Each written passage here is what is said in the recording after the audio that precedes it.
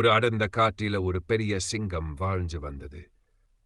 அது தினமும் காட்டில் உள்ள மான், முயல், காட்டு மாடு என எல்லா மிருகங்களையும் வேட்டையாடி கொன்னுட்டே இருந்தது.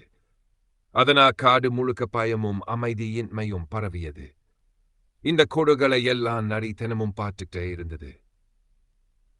இப்படி விட்டால் காடே காலியாகிவிடுமே என நரி கவலைப்பட்டது. ஒரு நாள் நரிக்கு ஒரு தந்திரமான யோசனை வந்தது.